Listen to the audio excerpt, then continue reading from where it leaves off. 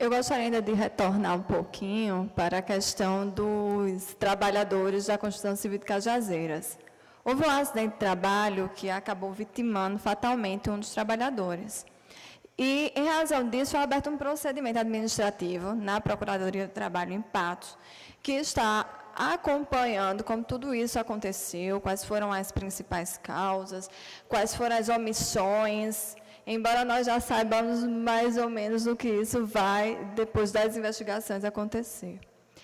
E uma situação importante que vai ao encontro do que foi dito aqui, da nossa impossibilidade de estarmos em todos os municípios, tanto do Ministério Público do Trabalho quanto do Ministério do Trabalho e Emprego, é que, em razão dessa situação que vitimou fatalmente o empregado, a Câmara de Vereadores de Cajazeiras apresentou um requerimento junto ao Ministério Público, apresentando a situação da cidade, a grande quantidade de obras e, na realidade, demonstrando para o Ministério Público que a situação ela é grave e que precisa efetivamente de uma atuação, tanto do Ministério Público como do Ministério do Trabalho e Emprego.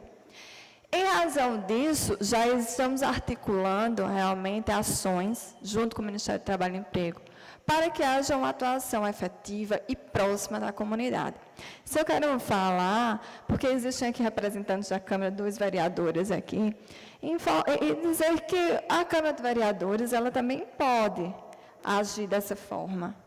Pode, quando verificar uma situação de demanda coletiva, de dizer, existem vários trabalhadores aqui de Sousa, ou de Aparecida, de Pombal, outras regiões, outras cidades, a Câmara de Vereadores de cada cidade pode, enquanto Poder Legislativo, informar o Ministério Público. Nós estamos vendo essa situação, nós precisamos de uma atuação mais efetiva e mais presente. E o Ministério Público do Trabalho vai, sim, responder a essas situações. Então, nós precisamos de parceiros nesses locais, são os sindicatos, são as associações, mas também a Câmara de Vereadores. Com relação à situação da terceirização, infelizmente, vereador Lafayette, essa situação ocorre no Brasil inteiro. É uma preocupação do Ministério Público do Trabalho, tanto que foi eleito como uma atuação estratégica.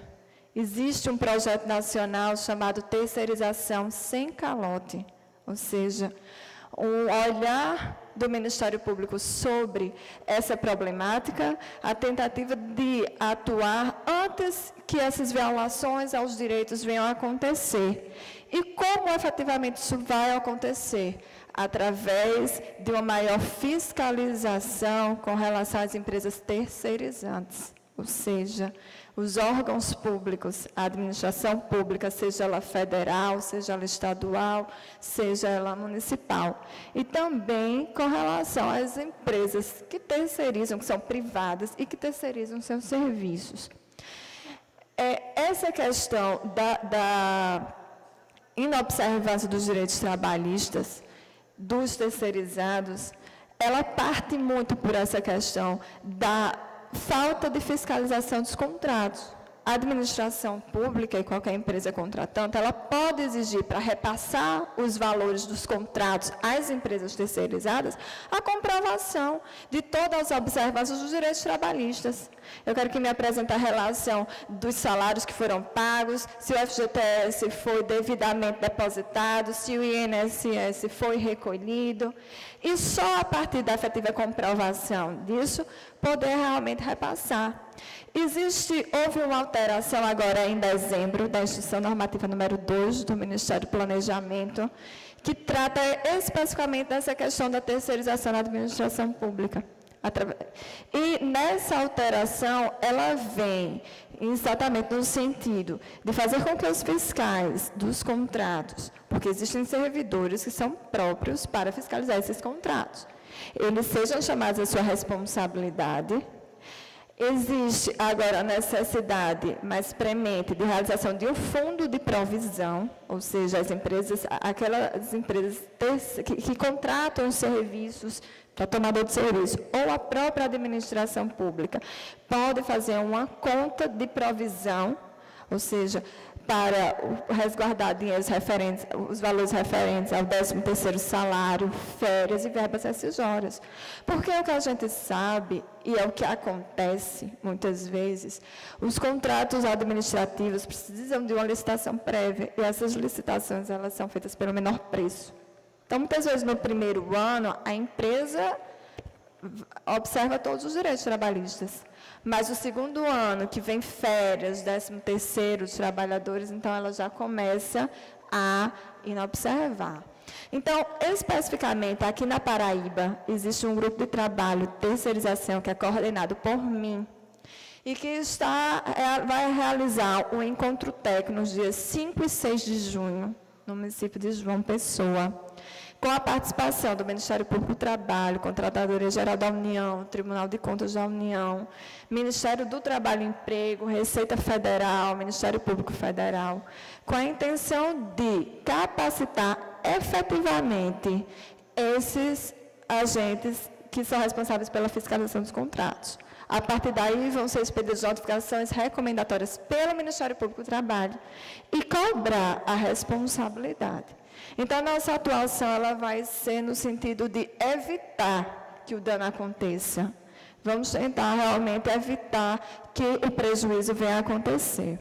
Com relação àqueles empregados que já estão numa situação de demissão, é necessário que eles procurem os direitos deles junto à Justiça Federal, junto à Justiça do Trabalho, junto ao Ministério do Trabalho e Emprego, para que o direito patrimonial seja realmente observado.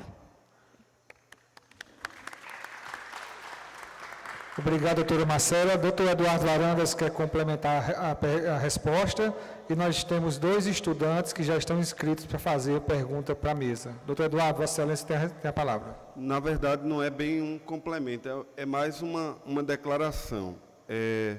Nós estamos enfrentando, como bem falou a colega, uma terrível onda de terceirização, inclusive na saúde pública. O Ministério Público do Trabalho ingressou com várias ações, e é terceirização, inclusive, de atividade fim, através de OS, OCIPs e também de cooperativas médicas. A gente entende que, por se tratar de administração pública, não é possível. O Poder Executivo Federal, através da Presidência da República, terceirizou e está fazendo todos os hospitais universitários do Brasil através de uma empresa pública chamada EBSER, Empresa Brasileira de Serviços Hospitalares. Ou seja, eu temo, na verdade, a terceirização, ela preocupa o Ministério Público do Trabalho, porque ela precariza a relação de trabalho. Ela deixa que o trabalhador não seja sujeito da relação de trabalho para se tornar objeto. Em vez de ele ser o contratante, ele é o objeto do contrato entre o prestador e o tomador. E isso é um elemento de extrema fragilização. E apenas pontuando que isso, de fato, preocupa muito o Ministério Público do Trabalho, eu gostaria apenas de deixar um contraponto. Quando uma entidade cria um centro cultural com a finalidade de cultura, isto não é atividade meio, porque o centro cultural, ele é um organismo com finalidade própria, ele não é um banco.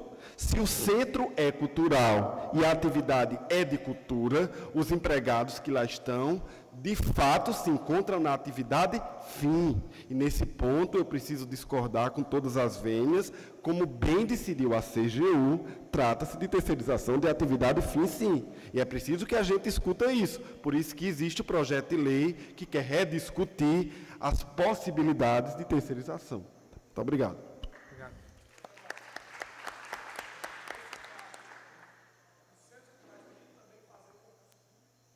Se estiverem integrados à administração pública, direta ou indireta, sim que é o caso, não é? Obrigado, doutor Eduardo, pela resposta. E nós temos pessoas inscritas na plateia para fazer alguma pergunta. Por favor, se identifique o nome, a instituição e, eventualmente, aliás, a profissão e, eventualmente, a instituição que representa. Eu posso falar em nome deles, que eles estão com vergonha. Pode falar, sim. Eles estão querendo saber porque eles trabalham em dois expedientes numa empresa e ganha apenas meio salário. Aí eles queriam saber o que deve ser feito para mudar isso. Doutora Maria Edilene, certamente vai dar enfoque na questão da denúncia e eventual reclamação trabalhista, né? Bem, como se essa for uma prática generalizada na empresa, ou seja, ela mantém os seus trabalhadores sem a observância dos direitos trabalhistas, como, por exemplo, o não pagamento do salário mínimo, né? Se for uma prática coletiva, ou seja, que atinja a todos os trabalhadores, deve-se procurar o Ministério Público do Trabalho para que se formalize uma denúncia e o Ministério Público do Trabalho possa tomar suas providências. Mas se trata de um caso individual, ou seja, se atinge somente você, eu aconselho que você ingresse com uma reclamação trabalhista na Justiça do Trabalho. Procure um advogado trabalhista e você receberá todas as orientações. O auditor Luiz Gonzaga quer falar a respeito da pergunta feita pelo estudante. Por favor, doutor. Nós queríamos chamar a atenção para um detalhe, é que muitas vezes o cidadão que está nessa situação, recebendo menos do que o salário, ele está assinando o contra-cheque ao final do mês como se estivesse recebendo o salário. E aí vai dificultar até uma reclamação trabalhista, porque na hora da reclamação o patrão vai mostrar, não, eu estou pagando salário integral. Esse é que é o problema. Se o cidadão está assinando como se recebesse o salário mínimo, vai dificultar o trabalho da fiscalização e até o trabalho da justiça. Ok. Respondida a pergunta, algum outro questionamento? Só quero fazer um adendo para dizer o seguinte. Você está no emprego recebendo menos de um salário mínimo, ou metade de um salário mínimo, você está se submetendo a uma condição de trabalho, vamos dizer, muitas vezes até degradante. E se você recorrer ao Poder Judiciário, você corre o risco de perder o emprego. Esse é um tipo de situação que tem que ser denunciada mesmo, colocado ao Ministério do Trabalho e Emprego, ao Ministério Público do Trabalho, que isso pode ser uma conduta generalizada da empresa. Admitir um trabalhador trabalhando 8 horas por dia, recebendo meio salário, para nós, uma atitude vexatória e que nós atuamos vigorosamente nesses casos. E aí eu queria passar a palavra para o juiz do trabalho, Carlos Hindenburg, que deve ter, na sua experiência forense, algumas centenas de casos dessa situação. Pois é, esses casos não são poucos e devem ser combatidos. Tá? Vocês que estão nessa situação não podem ter medo, caso isso aí leve a alguma possibilidade de perda do emprego de vocês, né, vocês podem fazer alguma denúncia sem haver identificação.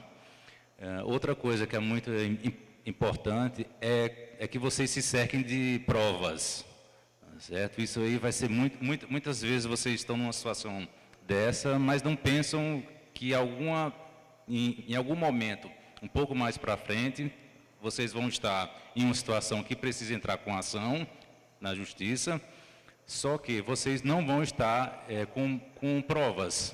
Então, é muito interessante que durante o curso do contrato de trabalho, caso essa situação se perdure, vocês se cerquem de provas. Como assim?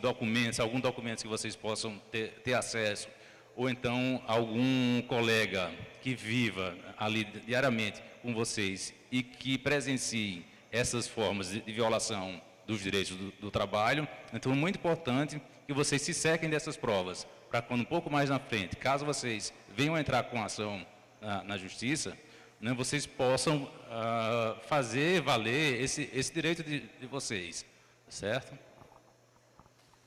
Ok, tem uma pergunta ali de uma pessoa que quer se manifestar. Pois não. O nome, a entidade e a profissão e eventual entidade que representa. Sou eu? Boa noite a todos e a todas. Eu sou Luciano Caetano, sou assistente social. E, inicialmente, quero dizer que também eu acho que é visível, né, a minha deficiência, eu sou deficiente visual. E quero fazer uma pergunta em relação à lei, se não me engano, 8.213, a questão da cota das pessoas com deficiência nas empresas, se estão sendo respeitadas aqui na Paraíba e principalmente aqui no Sertão. Outra coisa, se não me engano, foi o auditor fiscal que falou aí, sobre a questão das pessoas que não querem assinar carteira. Justamente porque, como ele frisou muito bem, a questão de perder a Bolsa Família, a questão do futura aposentadoria da agricultura, enfim. Eu conheço uma pessoa, um empresário aqui, que pelejou para assinar a carteira de uma pessoa aqui e eles não quiseram, por causa senão a mulher ia perder a Bolsa Família. Né? A gente trabalha no dia a dia e a gente percebe essas coisas. Outra coisa, queria saber a questão também da prescrição que pode denunciar. Por exemplo, tem uma pessoa que trabalhava numa determinada empresa aqui em Sousa e sofreu um acidente. E desse acidente ele ficou deficiente físico, ou seja, de cadeira de rodas. E não botou para frente, enfim, não recebeu nada da empresa. E qual o tempo de prescrição, justamente para ele recorrer a algum direito, porventura, com certeza ele vai ter. Também, a questão, não sei se vocês trabalham só com a questão de empresa privada. Aí, também a questão de concurso público para pessoas com deficiência. Porque, geralmente, eles não estão respeitando a Lei 7.853, de 89, e seu decreto 3.298, de 99. E o decreto 5.296. Porque dizem lá no artigo 37 que quando o número não é fracionado, ele tem que ser elevado para o número, o próximo número inteiro. Então, a maioria não está sendo respeitada. E tem outra também, as estratégias de alguns prefeitos que estão usando. O Ministério Público está batendo em cima na questão de concurso público, que eles têm muitos contratos pela questão de deixar as pessoas dele lá dentro. Então, o que é que eles fazem? O Ministério Público bate em cima, eles fazem um concurso lá, por exemplo, tem 10 pessoas trabalhando com um determinado cargo. Ele só abre 3 vagas e as outras 7, com um certo tempo, eles contratam. Inclusive, já é jurisprudência, em Iguatu, Ceará, aconteceu isso e o Ministério Público bateu em cima. Eu queria saber como é que está aqui na Paraíba em relação a isso. E a questão dos codificados. Por exemplo, principalmente o Estado, daqui da Paraíba, não tem, muita gente não tem nem como contar essas pessoas, quantas pessoas que tem, porque só recebe pelo o CPF, não tem nenhum direito garantido pela legislação vigente. Boa noite, muito obrigado. Obrigado pela participação, você realmente trouxe questões importantíssimas para essa audiência. Já adianto para você que um dos problemas mais sérios que nós temos hoje para cumprir a lei de cotas, se associando a um problema pré-existente, que é a falta de mão de obra qualificada das pessoas com deficiência, é justamente o benefício previdenciário continuado, que para quem não sabe, é um benefício previdenciário que o governo federal dá às pessoas carentes, portadoras de alguma deficiência. Então, eles recebem um salário mínimo e, muitas vezes, eles não querem renunciar a esse benefício porque preferem receber um salário mínimo a conseguir um posto de trabalho que lhe dê dignidade. Não raro, essa dignidade está presente no trabalho do deficiente, porque nós temos um conceito, trabalhador deficiente é trabalhador eficiente, e também a possibilidade até de receber um salário maior. Mas, para aprofundar a questão da lei de cotas, e como o Ministério Público tem atuado na questão, eu passo a palavra da doutora Maria Edilene. Em sequência, sobre a prescrição trabalhista da pessoa que se acidentou e está em cadeira de rodas, ao juiz do trabalho, Carlos Hindenburg, sobre o concurso público para deficientes, doutor Eduardo Varandas, e sobre o concurso público dos municípios, doutora Marcela Maia Asfora. Bem, o Ministério Público do Trabalho, aqui da Paraíba, foi o pioneiro na inclusão das pessoas com deficiência no mercado de trabalho. Nós fizemos o levantamento de todas as empresas com mais de 100 empregados, que são as empresas que estão obrigadas a cumprir com a cota de pessoas com deficiência. E hoje nós temos inúmeros procedimentos que foram instaurados e que estão sendo acompanhados, termos de ajustamento de condutas foram firmados pelas empresas. Houve inicialmente uma grande dificuldade de se encontrar a pessoa com deficiência para inseri-la no mercado de trabalho. A pessoa, quando eu falo assim, pessoa com deficiência, com qualificação que a empresa precisava. E é por isso que o Ministério Público do Trabalho tem se associado e tem fomentado diversas ações no campo de promoção dos direitos das pessoas com deficiência. Então, como é um processo de fácil fiscalização, porque a fiscalização é meramente documental, o Ministério Público pega o cadastro geral de empregados e desempregados da empresa, que traz um retrato do número de trabalhadores que a empresa possui naquele momento e aplica o percentual previsto na lei. Então, é muito fácil para nós verificarmos o cumprimento pela empresa da cota de pessoas com deficiência. E isso tem sido feito sistematicamente pelo Ministério Público do Trabalho. Claro que falhas existem, até porque nem sempre nós temos pernas e nem sempre é para alcançar todo o Estado e nem sempre nós recebemos denúncias com frequência nessa temática. Mas nós tivemos essa iniciativa até mesmo sem que as denúncias ocorressem. E esse trabalho ainda continua, ainda é meta prioritária institucional do Ministério Público do Trabalho. Ok? E também eu gostaria só de, em relação à questão da não assinatura da CTPS, por conta dos benefícios sociais, daqueles programas sociais como Bolsa Família, seria interessante que o empregador também não se valesse dessa condição de fragilidade daquela pessoa, porque ela, muitas vezes, premida pela necessidade, se submete realmente a essa condição de, não quero ter a minha carteira assinada porque eu estou recebendo o Bolsa Família. Agora, a empresa também não deve contratar. Ela deve se abster de contratar um trabalhador que lhe impõe essa condição, para que a gente possa mudar essa mentalidade e possa mudar essa realidade. Porque o trabalhador quer o quê? Ele vai querer o melhor dos dois mundos. Ele quer receber o benefício do governo federal e quer também ter o seu emprego. Mesmo, como disse o colega o colega Gonzaga, que ele esqueça que aquela assinatura de CTPS, dela vão decorrer todos os outros seus direitos, né?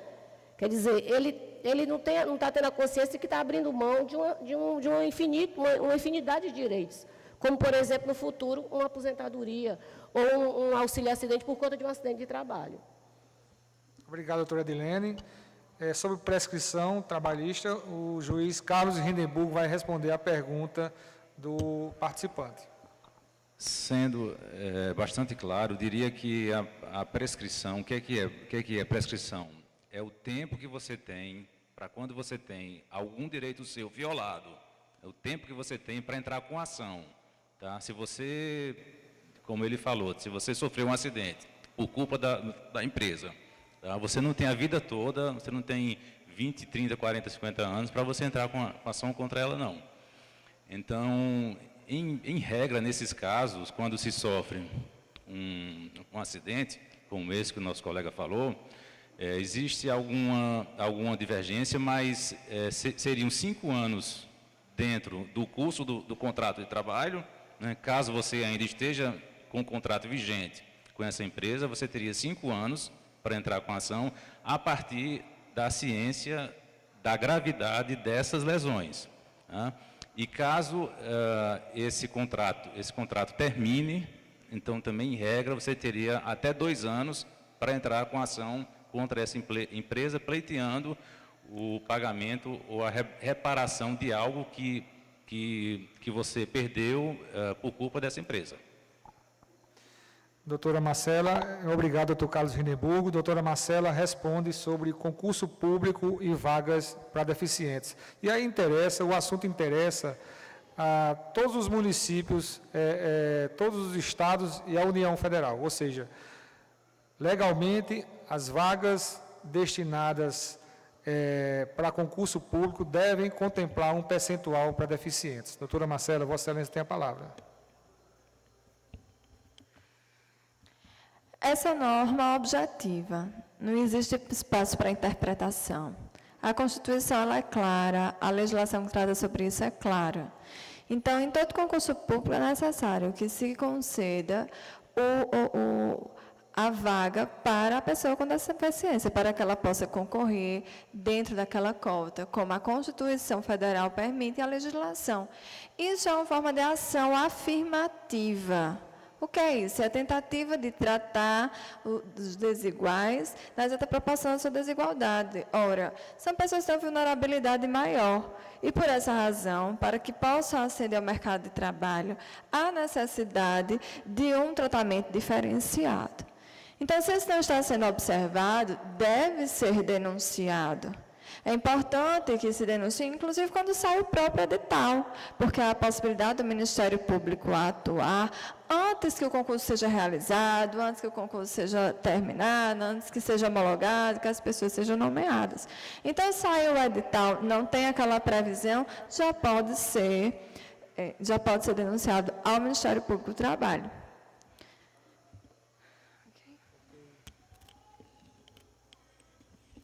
Obrigado, doutora Marcela. Tem uma pessoa que quer também fazer uma pergunta. A doutora Luiz Gonzaga quer também se manifestar sobre algum dos temas colocados pelo representante da entidade deficiente. Por favor, doutor Luiz Gonzaga. Com relação à fiscalização das cotas de deficiente a nível de empresa, nós temos feito isso a nível de João Pessoa e Campina Grande, onde há maiores empresas no estado, já que a obrigação é a partir da empresa que tem 100 empregados. Não é o estabelecimento em si, é a empresa. Quer dizer, por exemplo, o Armazém Paraíba pode ter apenas 30 empregados em Sousa, mas na matriz do Armazém Paraíba é feito o cálculo de todos os empregados que o Armazém Paraíba tem e, com base nesse número de empregados, é feita a quantificação de quantos deficientes a empresa precisa contratar. Ela também não é obrigada a distribuir por todas as agências que ela tem. Ela vai fazer, a critério dela, essa distribuição dos deficientes.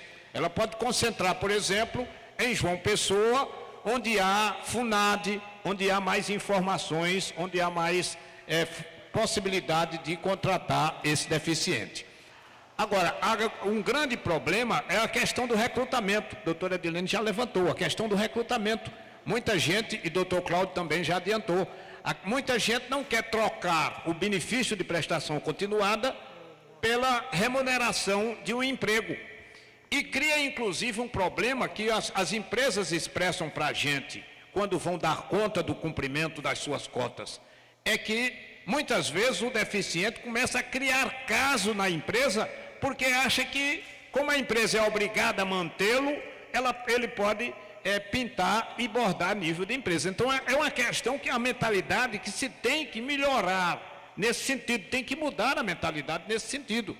Porque é um benefício para o trabalhador, mas ele não pode se prevalecer disso para querer fazer da empresa um refém dessa obrigação. Então, o trabalhador tem que ter consciência também de que o direito dele tem que ser zelado como direito, senão vai criar nas empresas uma rejeição muito grande ao cumprimento do coisa. Ela é obrigada por lei, mas não é obrigada também a passar por constrangimento por conta disso.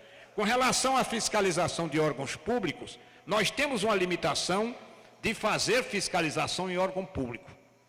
É uma limitação legal, constitucional. Agora, sendo feita a denúncia, sendo feita o questionamento junto ao Ministério Público do Trabalho, o Ministério Público do Trabalho, muitas vezes, solicita a diligência, a fiscalização do trabalho para ir no órgão público e fazer o levantamento da situação, quando o próprio Ministério Público não faz esse levantamento da situação. Então, nesses casos, a gente faz dentro daquela parceria que é costumeira com o Ministério Público do Trabalho, a gente faz esse trabalho em órgãos públicos. Agora, indiferente de fiscalização, quem vai defender, quem vai procurar obrigar o órgão público a fazer a contratação, vai ser o Ministério Público através dos seus meios de coação. A fiscalização não pode fazer a exigência por conta da questão legal de interferência no outro órgão público, noutra esfera pública. Doutor Luiz Gonzaga, o tempo de Vossa Senhoria acabou. Terminou? Então eu nem precisei me constranger. Tem pessoas que querem... Aliás, o doutor Eduardo Varandas quer fazer também uma observação sobre o tema trabalho dos deficientes. É só um ponto importante que é preciso que se diga para a população saber a quem denunciar. Se houver violação de fato no que se refere à reserva de vagas para pessoas com deficiência em sede de concurso público, se o concurso for para regime jurídico único, provimento de cargos públicos, e a violação vier de um órgão federal, a competência, a legitimidade para investigar será do Ministério Público Federal. Se for regime jurídico único, portanto, cargo público, de um órgão estadual ou municipal, a competência será do Ministério Público Estadual. O Ministério Público do Trabalho atuará, e ainda há alguns questionamentos acerca de eventual competência da Justiça do Trabalho ou não, se for concurso público para contratação mediante seletistas. Neste caso, eu entendo, inclusive, que a Justiça do Trabalho é competente e o Ministério Público do Trabalho tem plena legitimidade para investigar e demandar, havendo, de fato, violação a direito coletivo da pessoa com deficiência, no que se refere à reserva de vagas em concurso público sob regime seletista, as denúncias deverão ser encaminhadas ao Ministério Público do Trabalho. Era só esse esclarecimento. Muito bem esclarecido, doutor Eduardo. Muito obrigado. Tem pessoas que querem se manifestar na plateia. Por favor, o nome, a profissão e a atividade, eventualmente, e a entidade, eventualmente, que representa. Por favor.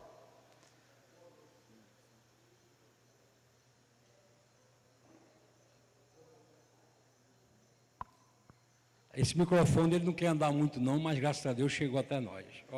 Pronto, chegou. Boa noite a todos. Meu nome é Gelcimar Ângelo Castelo Bezerra, conhecido por Castelo. Nós representamos o Sindicato dos Condutores do Alto Sertão.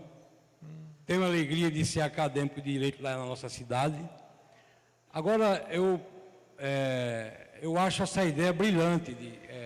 Vocês, autoridades, vossas excelências, estão deixando os gabinetes e indo até o povo. Agora, infelizmente, cadê o povo para tirar as dúvidas? Lamentamos muito esse procedimento, porque muitas das vezes eu vi aí os companheiros falando aí, Vossa Excelência falando alguma coisa, você vê, no que se concerne à fiscalização, o efetivo é pouquíssimo para a base representativa do MPT do Estado, pelo menos aqui no Alto Sertão. Nós, sertanejos, nós somos órfãos e somos culpados, porque vocês, excelências, autoridades aí na briosa mesa, só agem quando provocado. É isso que eu queria que o nosso povo, o público, tenha consciência disso. Eles não vão sair nas ruas, nas empresas, perguntando o que é que nós temos a resolver. Se nós não provocarmos a autoridade, para ele está tudo em ordem. Então, parabenizo, principalmente os ministérios públicos, que têm feito sua parte social diante das famílias.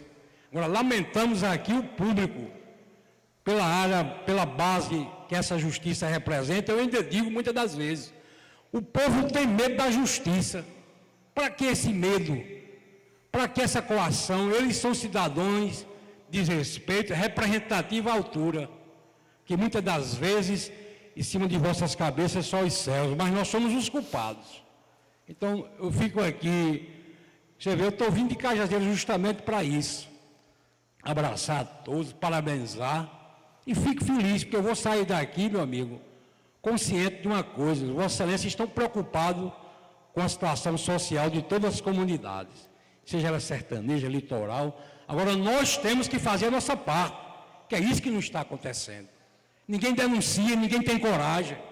Como eu vejo aí, nós somos os culpados. Você vê a questão laboral rurícola, eu não vou denunciar, eu não vou que meu emprego seja formal para não perder os benefícios. Isso é lamentável.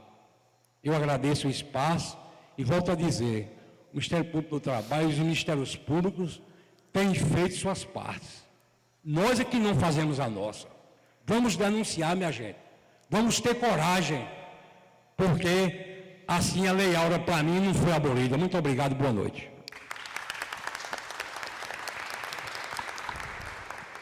O seu pronunciamento já é uma prova inequívoca de que o objetivo do Ministério Público do Trabalho e dos parceiros institucionais do Projeto Trabalho de Todos está sendo alcançado. Nós saímos realmente dos nossos gabinetes. Nós atuamos efetivamente no dia a dia, investigando. Recebemos a denúncia, autuamos, distribuímos para um desses procuradores, assim mesmo acontece com o juiz de trabalho que recebe uma ação trabalhista e com o fiscal de trabalho que recebe uma denúncia do Ministério do Trabalho. A partir dessa autuação, dessa distribuição, começa uma diligência, uma investigação. É o inquérito civil público, é o nosso maior instrumento. Lá nas procuradorias em João Pessoa, Campina Grande e Patos, nós temos diariamente dezenas de audiências que são realizadas com as empresas, com entidades, com trabalhadores, com sindicatos, que têm um papel fundamental na reserva e na guarda da norma trabalhista. Mas mesmo assim, nós cientes de que não conseguimos estar em todos os locais ao mesmo tempo, que precisaria de uma estrutura estatal realmente de grande envergadura, tivemos a iniciativa de trazer o Projeto Trabalho de Todos, não só aqui para Sousa, mas para todo o estado da Paraíba. Creio que as discussões que aqui estão sendo travadas, temos, acima de tudo, uma missão institucional, de trazer conhecimento e escutar vocês. E as discussões aqui travadas demonstram que não estamos trabalhando de forma reativa.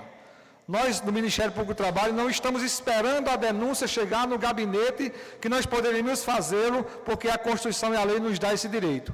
Nós estamos vindo aqui, proativamente, de forma proativa, encontrar com o povo trabalhador, atuando de ofício, recebendo ali no estande do Ministério Público, recebendo ali no estande do Ministério do Trabalho e Emprego, denúncias voltadas justamente para tentar resolver questões graves que vocês já colocaram aqui. E eu estou esperando alguém aqui se manifestar sobre o problema do trabalho infantil. Será que nenhum de vocês aqui vai falar sobre essa questão? Será que, como disse ele, vocês estão aqui para realmente ficarem calados, esperando uma outra oportunidade de um outro projeto de Trabalho de Todos chegar aqui em Sousa? Daí porque eu quero mais uma vez reforçar e agradecer novamente a Rádio Líder por estar transmitindo essa audiência pública, irradiando conhecimentos e oportunidades. Entendam, nós estamos aqui de forma proativa, estamos atuando de ofício, inaugurando investigações que poderiam jamais ser apresentadas no Ministério Público do Trabalho, mas estamos aqui perto de vocês. A plateia estava praticamente cheia, sabemos das dificuldades que é a locomoção noturna, o perigo que é à noite, muitas vezes as pessoas precisam de transporte público, mas nós estamos já, digo para vocês, extremamente gratificados pelos questionamentos e pelos debates que foram até aqui estabelecidos com todos os senhores. Doutora Marcela Maia quer colocar uma situação sobre... Já foi falado? Então, doutor Eduardo Varandas, Vossa Excelência colocou aqui que nós também atuamos de ofício.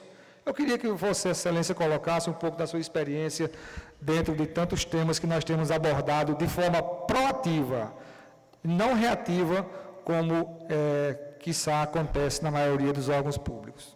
Não, eu gostaria de esclarecer primeiro que há uma certa diferença entre o Poder Judiciário e o Ministério Público. Embora a população sempre os veja juntos, e aliás eu acho que o Poder Judiciário e o Ministério Público são como arco e flecha, inseparáveis. Agora não são iguais. O Ministério Público ele está aberto às denúncias e as investigará. Mas ele também, como nós temos feito, basta uma notícia no jornal e a gente instaura procedimentos. A gente nem sempre aguarda a denúncia chegar. É claro que você, como sociedade, se você tem conhecimento e sente na dor do seu corpo a lesão ao direito trabalhista, procure o Ministério Público, denuncie, ele é seu parceiro, ele está para isso, é o fiscal da lei. E se não tiver Ministério Público do Trabalho, procure uma promotoria de justiça, entre na internet, denuncie no site da Procuradoria, mas além das denúncias que nos chegam, que não são poucas, nós atuamos de fato. E ofício também, por denúncia de jornal, por conhecimento de causa. Quantas vezes um dos nossos colegas passou diante de uma construção civil, viu um trabalhador sem EPI e pediu ao procurador-chefe para instaurar o procedimento e foi distribuído. Então, o Ministério Público, ao meu ver, e aí eu gostaria de deixar essa fala para vocês, como integrante da instituição e um pouco suspeito por gostar tanto dela, é de fato aquele guerreiro, é o último que baixa a lança. Ele não precisa ser provocado, mas ele precisa ser ajudado, ele precisa ser acessado, ele precisa ser comunicado. Ele precisa ser visto como um parceiro social. Então, era só essa palavra que eu queria deixar quanto à nossa atuação de ofício, que existe e que muitas vezes ela não é explicada. Nós não precisamos de provocação necessariamente, mas nós não viveremos sem a colaboração da sociedade. Obrigado.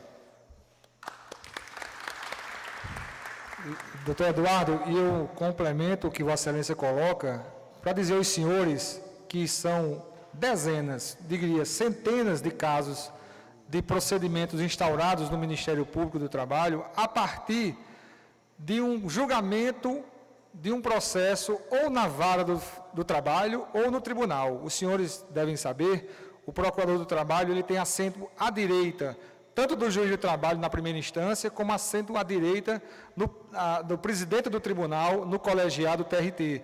E ali são julgados muitos processos que, a partir das discussões e do tema objeto daquele julgamento, traz à baila, traz a necessidade de atuação do Ministério Público. Essa é uma forma proativa de atuação de ofício. A gente conhece aquele processo, o processo é discutido na Justiça do Trabalho, enxergamos um campo de atuação, como, por exemplo, a questão relacionada ao meio ambiente do trabalho, e levamos para a Procuradoria. Autuamos, instruímos o inquérito civil, chamamos a empresa ou a instituição para firmar um termo de compromisso e veja como é engraçado, nasceu na Justiça do Trabalho e pode voltar na Justiça do Trabalho. Nasceu na Justiça do Trabalho numa demanda individual. Alguém aqui entrou contra uma empresa relacionada a problemas de meio ambiente do trabalho, saúde e segurança. O procurador enxergou lá um problema, deu entrada na Procuradoria, a atuação de ofício, transformou em inquérito, instruiu o inquérito civil público, chama a empresa não concorda em firmar termo de compromisso. Para onde vai esse inquérito civil? Volta para a Justiça do Trabalho, mas com que enfoque? O enfoque coletivo. Nós não vamos mais resolver um problema individual de um trabalhador, nós vamos resolver o problema de uma coletividade. É esse o diferencial da atuação do Ministério Público, é isso que difere especialmente a fiscalização da lei por parte de nós do MPT com relação à fiscalização federal do trabalho, que, por sinal, o doutor Luiz Gonzaga quer se manifestar. Tem 4 minutos, viu? 4 minutos. Vou tentar me restringir aos 4 minutos. Nós queremos lembrar algumas operações conjuntas feitas pelo Ministério Público do Trabalho e o Ministério do Trabalho. Por exemplo, operações conjuntas na construção civil. Na construção civil, fazendo operação de preventiva na construção civil, foi feito em João Pessoa, feito em Campina Grande, feito em Patos, feito aqui na região do Sertão Paraibano. Tivemos operações conjuntas na área de vendedores ambulantes, aqueles vendedores que são levados para o sul do país e outras regiões do país, operações conjuntas feitas também proativas, né? Operações na questão dos costuradores de bolas de Patos, operação conjunta feita pelo Ministério Público do Trabalho e Ministério do Trabalho. Quer dizer, essas operações são proativas, têm sido feitas várias operações nesse sentido. Operações também com transporte de trabalhadores, trabalhadores que eram levados clandestinamente para o sul do país e hoje que foram regularizados em grande parte por conta dessa ação feita do Ministério Público do Trabalho e o Ministério do Trabalho. Era isso que a gente queria. Foi menos de 4 minutos, ele está começando a ficar já dentro do propósito. Tem mais alguma pergunta? Alguma pessoa quer fazer uma pergunta? Por favor, se identifique, o nome, a profissão e, eventualmente, a instituição que representa. Eu me chamo Valéria Thalita, sou estudante e estou representando a instituição de ensino Mestre Júlio Sarmento. Valéria o quê? Thalita. Thalita. Ok, Valéria. É assim, eu quero expor o problema da introdução dos jovens no mercado de trabalho, pois muitos de nós saímos de casa sem hora para chegar à procura de emprego e muitos dos empregadores não dispõem nenhum momento para olhar o nosso currículo, argumentando que não temos experiência. Como nós vamos ter experiência se não estão dando oportunidades? E a respeito do trabalho infantil, muitas dessas crianças trabalham para ajudar a família, pois as pessoas acham que o governo, com os benefícios, irão resolver o problema. Se a situação está difícil para os jovens no mercado de trabalho, imagine para os pais dessas crianças que muitas delas têm pouco ensino. Pronto, é só. Obrigado, Valéria. No começo da sua fala, você quase me emociona, eu segurei aqui um pouquinho, você disse que passava o dia inteiro entrando pela noite atrás de um emprego, realmente isso nos causa algum tipo de emoção. Pode, mas sobre o tema ligado a ela, o vereador Lafra Gadelha vai fazer um pronunciamento, depois a doutora Maria Edilene vai responder o seu questionamento. É muito rápido, eu gostaria de cumprimentar a companheira, é só dizer o seguinte, eu apresentei um projeto de lei na Câmara e gostaria de pedir a opinião de vocês em relação a isso. É sobre a inserção do jovem no mercado de trabalho. É um projeto que cria o programa permanente de inserção do jovem no mercado de trabalho, o programa Primeiro Emprego. E dentre as ações proativas que o projeto de lei traz, a primeira é a obrigatoriedade de toda empresa que recebe isenção ou incentivo fiscal do governo municipal ter 10% de seus empregados jovens. Em um dos artigos do projeto de lei traz o rol dos beneficiários. E a outra é de 20% das empresas que ganharem licitações para obras ou serviços públicos ter 20% de seus empregados naquela obra ou naquele serviço público também junto dos beneficiários. Então, acho que é uma forma de incentivar a inserção do jovem no mercado de trabalho. Pergunto a vocês se há algum vício legal ou de inconstitucionalidade e o que é que vocês acham em relação a esse projeto de lei. Já quer uma análise, né, doutor Lafayette, aqui da constitucionalidade do seu projeto, né? Tudo está certo, controle preventivo, muito bem. Doutora Maria Helena, Vossa Excelência tem a resposta. Bem, vereador Lafayette, são iniciativas como essa que realmente nós estamos precisando, porque nós não podemos esperar só das empresas, não. O poder público também tem que fazer sua parte. E o município, ele também tem a sua responsabilidade social em inserir os jovens no mercado de trabalho. A gente precisa realmente de políticas públicas de inserção. E eu creio que essas iniciativas são positivas e eu não vejo nenhum óbice constitucional. Agora, em relação à pergunta da Valéria Thalita, não é isso? Bem, Valéria, em primeiro lugar,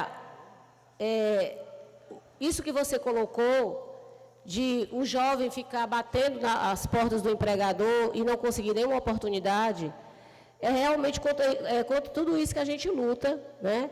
E é isso que mostra a total ausência de políticas públicas municipais em relação a essa temática da inserção do jovem no mercado de trabalho e também a falta de fiscalização, não digo isso só por parte do Ministério do Trabalho, também por falta de atuação do Ministério Público do Trabalho, em relação a obrigar as empresas a cumprir com as cotas de aprendizagem. Porque todas as empresas estão obrigadas a possuir de 5 a 15% dos seus empregados formados por jovens aprendizes, que vai de 14 a 24 anos de idade, sem limite de idade para se esse jovem for pessoa com deficiência.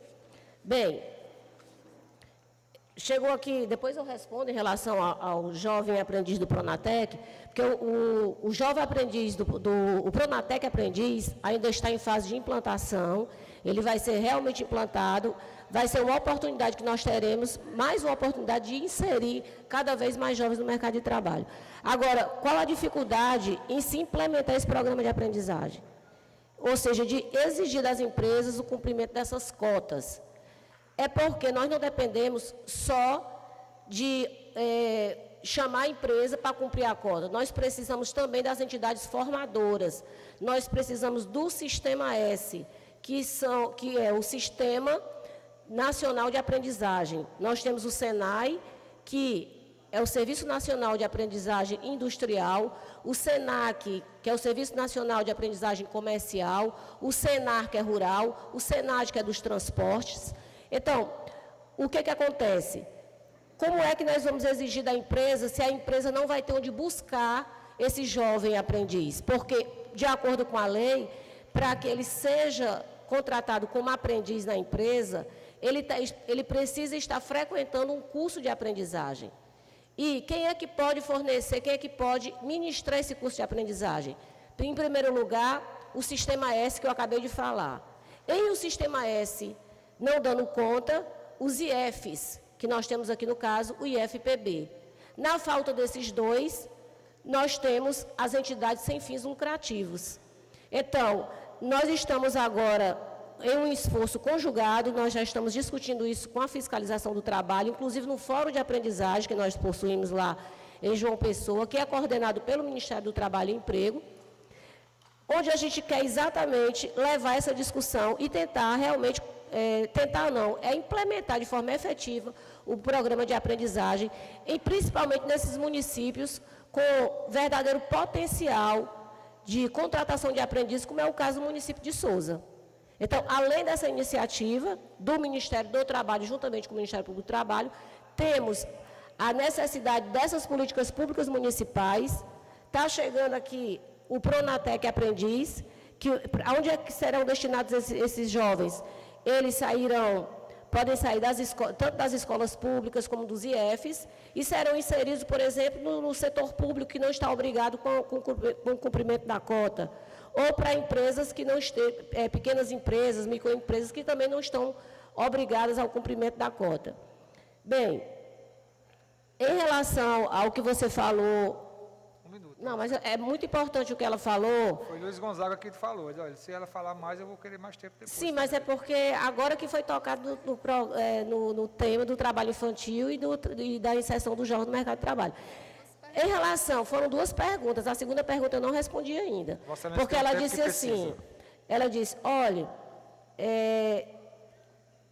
ficam dizendo que fica difícil, por exemplo, para aquela família deixar de contar, foi isso que eu entendi, com aquela renda que aquela criança traz porque os benefícios sociais do governo não são realmente suficientes, né, para prover o sustento daquela família.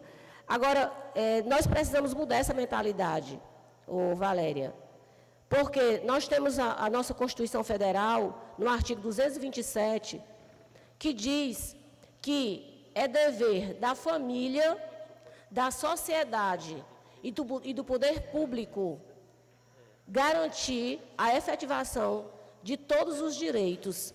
E diz que para a criança e para o adolescente, e diz que a criança é prioridade absoluta. Ela tem direito a todos os deveres de lazer, educação, saúde, toda aquela gama de direitos que todo ser humano faz jus. Então, o que é que eu queria lhe dizer? Primeiro, se a família não pode prover o sustento, nem a gente vai partir para a sociedade. Se a sociedade não dá conta, vamos cobrar do poder público. Mas jamais querer que a criança leve a família nas costas, que a criança sustente a sua família. Tem que ser o contrário. Então, se aquela renda que a criança traz para a sua família é fundamental, é importante para a família, então vamos tentar uma política compensatória. Vamos procurar o poder público para que o poder público possa prover essas políticas, possa prover essa falta, possa suprir essa falta que essa família está tendo. Então, precisamos encaminhá-la, sim, para programas que sejam efetivos. E o município não pode ficar esperando também só pelos programas do governo federal. Nós temos que cobrar políticas públicas municipais. Ok? Obrigado, doutora Edilene. Merece aplauso a manifestação da doutora, viu? Tem mais 3 pessoas inscritas. Dado o adiantado da hora, nós vamos adotar a seguinte sistemática. Os 3 vão fazer as perguntas em sequência, vamos registrar o nome e a pergunta a ser feita. E aqui, vamos fazer um esforço coletivo para que haja uma resposta também às perguntas de uma vez só, para que nós, então, possamos encerrar essa já grandiosa audiência pública. Por favor. Boa noite mais uma vez, vou tentar ser bem objetivo. Quero parabenizar a todos aí e dizer que eu estive assistindo uma entrevista, eu acho que foi a doutora Marcela, esteve aqui esses dias, e na hora que eu vi o nome dela, eu não estava nem sabendo dessa reunião. Aí eu gostaria, assim, que uma sugestão, que houvesse mais divulgação, sobre, por exemplo, aqui mesmo, vocês pudessem divulgar número de telefones, o site, enfim, para as pessoas acessar e haver mais divulgação na imprensa do direito, como deve ser, as pessoas devem agir. E também, eu acho que foi o cara lá de Cajazeiras, eu comecei para o Castelo, já ouvi falar muito, parabenizar ele e dizer que as pessoas têm medo de denunciar as coisas erradas. Porque quando passa a tomar essa decisão, a gente sofre ameaça, é perseguido. Está aqui a grande prova de a minha pessoa, modesta parte, tive coragem de denunciar uma coisa aqui no nosso município, aqui no nosso estado, e estou sendo perseguido até hoje. E estou esperando pegar uma documentação e vou entrar com ação, certo? Porque denunciei a falta de uma ambulância UTI, estou sendo perseguido num determinado local onde eu trabalho. A falta de uma ambulância UTI. E até hoje ainda está sem uma ambulância UTI. Chegou a ambulância básica, mas a UTI não. Certo? E estou sendo perseguido. Só que eu estou tomando as providências cabíveis. E gostaria de perguntar da questão das atribuições que não são de determinados profissionais, que são atribuídas a ele. Qual a forma que ele deve agir no setor público, tanto ou municipal ou estadual, a questão do assédio moral. Boa noite, muito obrigado mais uma vez. Parabéns a todos. Ok. O próximo, por favor.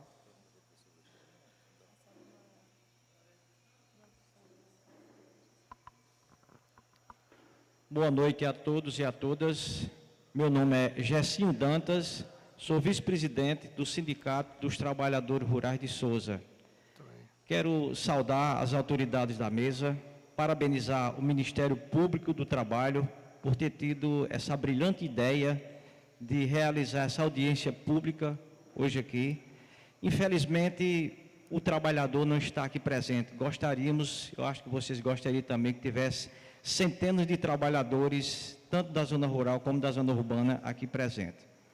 Mas, como disse o companheiro ali, é importante o Ministério do Trabalho sair dos seus gabinetes, vir para as ruas e mostrar a realidade, mostrar o direito que tem um trabalhador. E nós que fazemos o Sindicato dos Trabalhadores Rurais de Sousa, nós deparamos com algumas situações lá no nosso sindicato. Como, por exemplo, aqui no nosso município de Sousa, o trabalhador rural, o período das suas plantações é de janeiro a maio, às vezes é de janeiro a junho, quando tem inverno.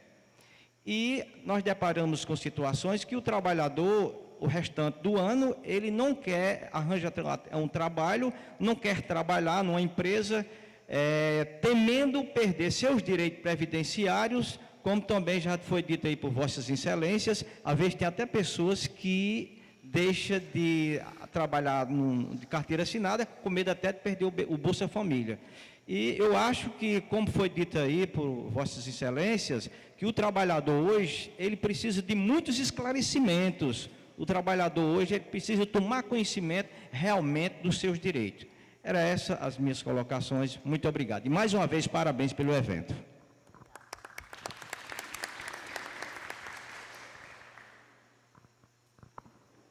Boa noite a todos. José Braga, estou gerente aqui do SESI. Quero só fazer uma colocação na pergunta aqui da jovem. O SESI e o SENAI, pensando nessa dificuldade que os jovens têm em ingressar no mercado de trabalho, foi criado esse ano, 2014, o EBEP, que é o Ensino Básico e Ensino Profissionalizante. Em Sousa será implantado em 2015, nós vamos ter ensino médio aqui na cidade de Sousa, aqui no SESI, junto com o SENAI, que vai ser inaugurado um prédio aqui próximo, com ensino profissionalizante na área de alimentos. Então, vai ser voltado exclusivamente a jovem que está para ingressar no mercado de trabalho. Então, a questão da experiência, nós não temos como suprir essa necessidade, mas da capacitação para vocês, o SESI e o SENAI em conjunto, vão começar agora em 2015 a trabalhar com o EBEP e capacitá-los para o mercado de trabalho. Muito bem, Braga. Tem sim uma ponderação feita pelo representante da entidade de deficientes, sobre assédio moral, e eu queria que o doutor Eduardo Varandas se manifestasse sobre o questionamento dele. Bom, o assédio moral é uma prática abominável, não é inconcebível em pleno século XXI que as pessoas sofram abusos, coações no ambiente de trabalho. E nós temos, de fato, investigado. O caminho é denunciar, que a gente investiga. A gente vai apurar cada caso, ouvir testemunhas, utilizar de todos os meios instrutórios que são amplos, que o Ministério Público dispõe, a fim de pôr cobro a essa abominação, que é expor a dignidade humana a situações vexatórias, cobrar metas impossíveis de serem alcançadas, ou seja, uma prática absolutamente repudiável nos tempos de hoje. Então, o caminho é denunciar, como a gente tem dito desde o início desta audiência, que a gente precisa de vocês. O Ministério Público, embora possa agir sozinho, ele precisa da participação, ele é um protagonista que precisa de outros protagonistas para abrir um horizonte de um país mais justo. E esses outros protagonistas são vocês. Então, denuncia o assédio moral, a gente apura, investiga, ingressa com ação civil pública por dano moral coletivo. Está aí o juiz do trabalho, que é testemunha. Nós temos conseguido acórdãos absolutamente inéditos a nível de Brasil, no que se refere ao reconhecimento do dano moral coletivo e à punição aplicada a empresas e entidades empregadoras que utilizem dessa prática abominável. Então, denuncia, a gente apura e a condenação com certeza virá. Obrigado. Doutor Luiz Gonzaga, Vossa Senhoria tem 4 minutos.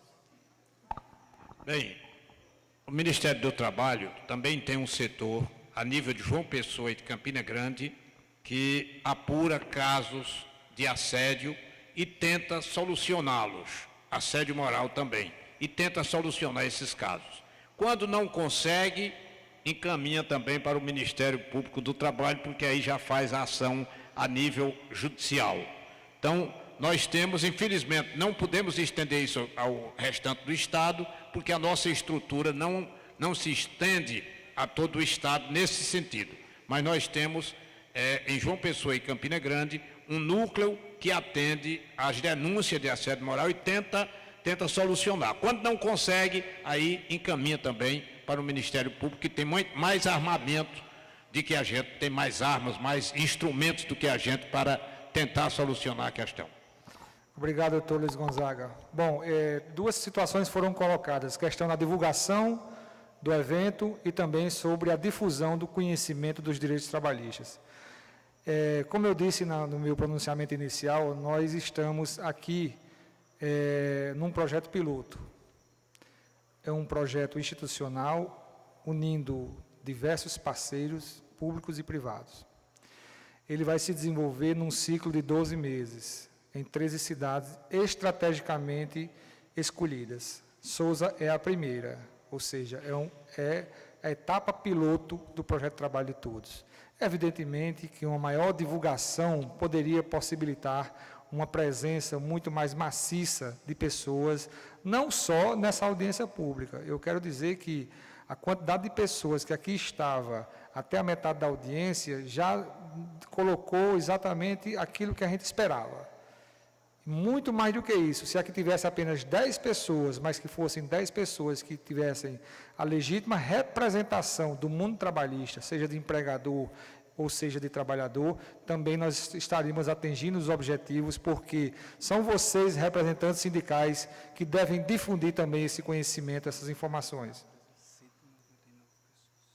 A informação que chega agora é que foram 200, mas exatamente 199 pessoas presentes a esse ato da audiência pública. Então, para nós, Ministério Público do Trabalho, para todos os parceiros, eu não tenho dúvida nenhuma que foi um número importante, significativo, e mais do que isso, os debates aqui estabelecidos foram realmente profícuos. Com relação ao conhecimento e difusão do conhecimento sobre os direitos trabalhistas.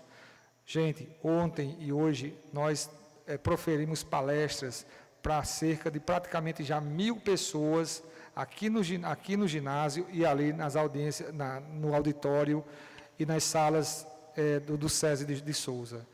Praticamente 1.000 pessoas. E amanhã vamos continuar com o ciclo de palestras, de informações, entregando esse livrinho básico que deve ser a Bíblia de vocês daqui para frente. Eu faço aqui uma observação. Peguem esse livro sobre conhecimentos básicos, direitos mínimos trabalhistas e adotem como a Bíblia da sua vida profissional. Não substituam com relação à Bíblia Sagrada, não estou falando disso, mas colocarem junto da cabeceira de vocês, para numa segunda leitura vocês poderem entender esse mundo do trabalho de forma mais aprofundada. É o livro básico dos direitos de vocês que nós estamos ofertando a todas as pessoas que vieram aqui nessa audiência pública. E aproveito para fazer o encerramento, agradecendo ao povo presente, agradecendo a todos aqueles que, através da Rádio Líder, escutaram essa audiência pública, a todas as pessoas que tiveram a paciência, e eu tenho certeza que com a forma tenaz, eficaz, efetiva, com a linguagem fácil e acessível dos presentes aqui nessa mesa, das autoridades administrativas municipais, legislativas municipais que se manifestaram aqui na audiência pública, dos senhores com a eloquência e com a facilidade de colocar o seu questionamento e a sua observação. Tenho certeza que o objetivo foi sim atingido nessa primeira etapa do projeto Trabalho de Todos.